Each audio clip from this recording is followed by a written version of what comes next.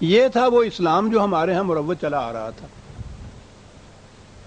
اور یہ تھی غلاموں کی وہ ضمیر جو اس حد تک بدلی ہوئی تھی کہ وہ آخری دور میں بھی شخصی حکومتوں کو مقدس تسلیم کرتی تھی۔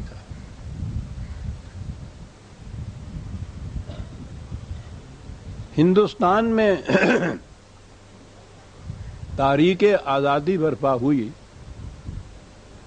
تو اس تحریک کا مقصد یہ نہیں تھا کہ یہاں حقیقی اسلام نافذ کیا جائے، وہ انگریزوں کی جگہ ہندوستان کے باشندوں کی حکومت حاصل کرنے کی تحریک تھی۔ جی شکریہ، بہت اچھا۔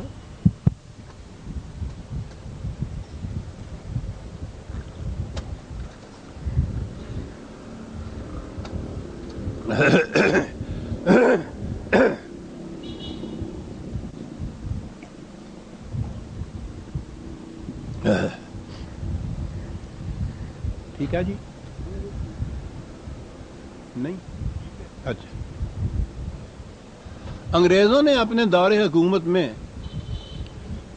مسلمانوں کو، ہندوستان کے مسلمانوں کو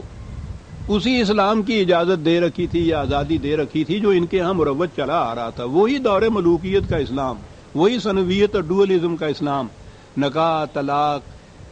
وراثت، وصیت وغیرہ کے احکام، پرسنل لاز، یہ سارے علماء کے لیے تھے اور اس کی کامل آزادی تھی، انہوں نے دے رکھی، اور سلطنت کے مملکت کے سارے امور اپنے ہاتھ میں رکھے، یہی چلا آ رہا تھا آپ کے ہاں۔ تو یہ جو آزادی تھی کہ انگریز کو ہندوستان سے نکالا جائے،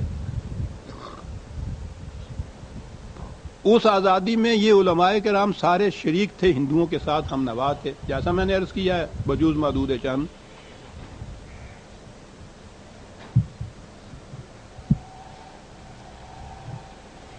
وہ آزادی کی تحریک اسلام کے لیے نہیں تھی، ہندوستان کو آزادی دلانے کی تحریک تھی، اور اس میں یہ شامل تھی۔ اب یہاں آئیے،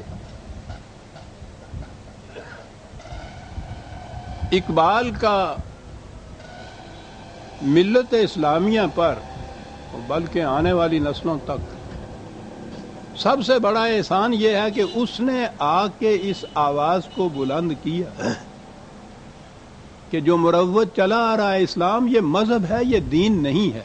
دین اور مذہب کا جو فرق تھا، یہ ہے سب سے پہلے جس کی وضاحت اس شخص نے کی، بہت بڑا احسان تھا۔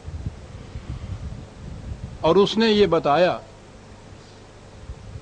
کہ دین میں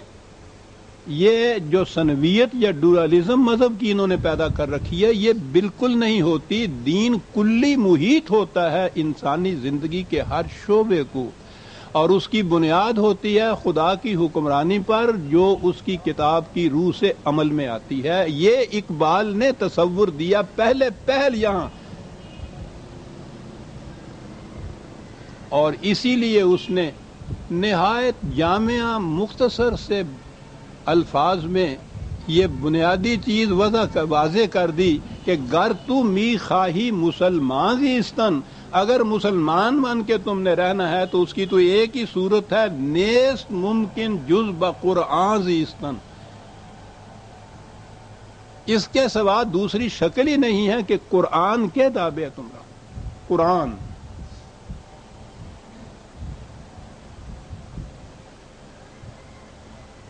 اب اس کے لیے اس نے یہ کہا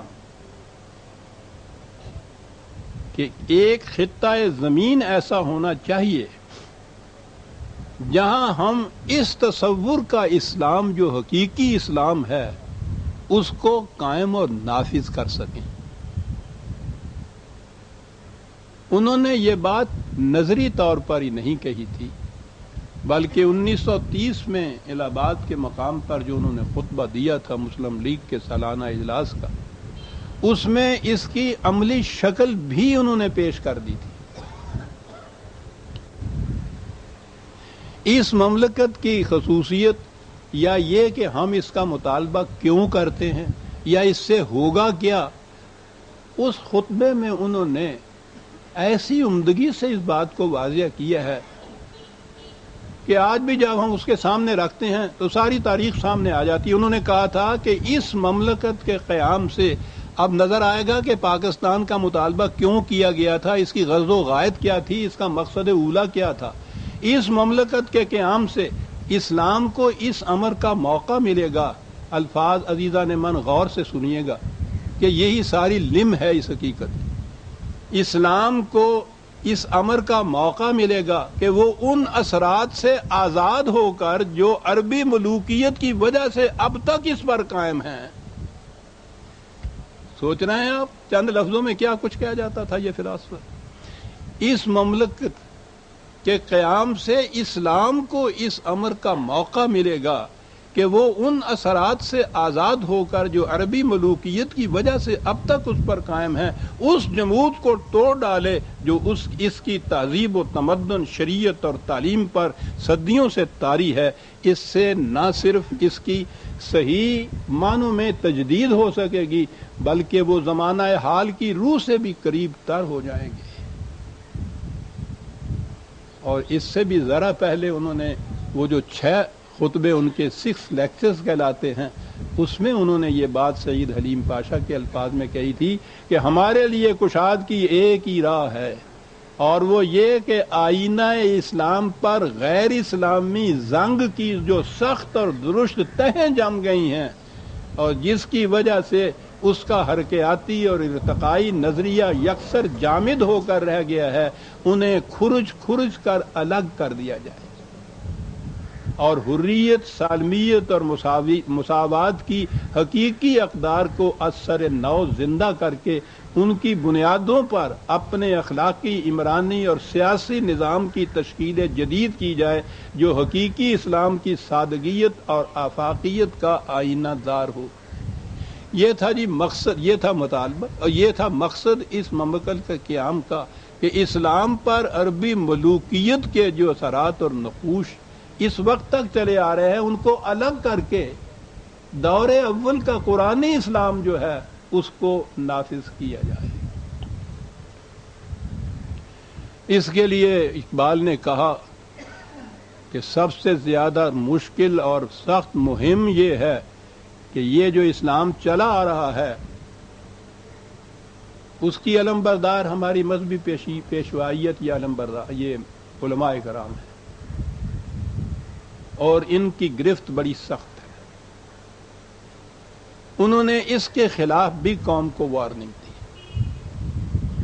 ایک خط میں وہ لکھتے ہیں، اکبر شاہ خان صاحب کے نام وہ خط ہے، معاف رکھیے گا۔ انہوں نے خط میں وہ لکھتے ہیں کہ آپ نے ٹھیک فرمایا ہے کہ پیشہ وار مولویوں کا اثر سر سید احمد خان کی تحریک سے بہت کم ہو گیا تھا، لیکن خلافت کمیٹی نے اپنے پولیٹیکل فتووں کی خاطر ان کا اقتدار ہندی مسلمانوں میں پھر سے قائم کر دیا۔ یہ بہت بڑی غلطی تھی جس کا احساس ابھی تک غالباً کسی کو نہیں ہوا۔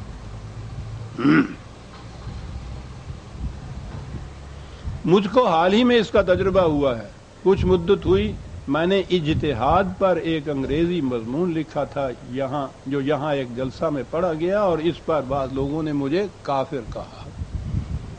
یہ خطرہ انہوں نے محسوس کیا۔ انہوں نے 1932 میں آل انڈیا مسلم کانفرنس کے سالانہ اجلاس کی صدارت میں کہا تھا،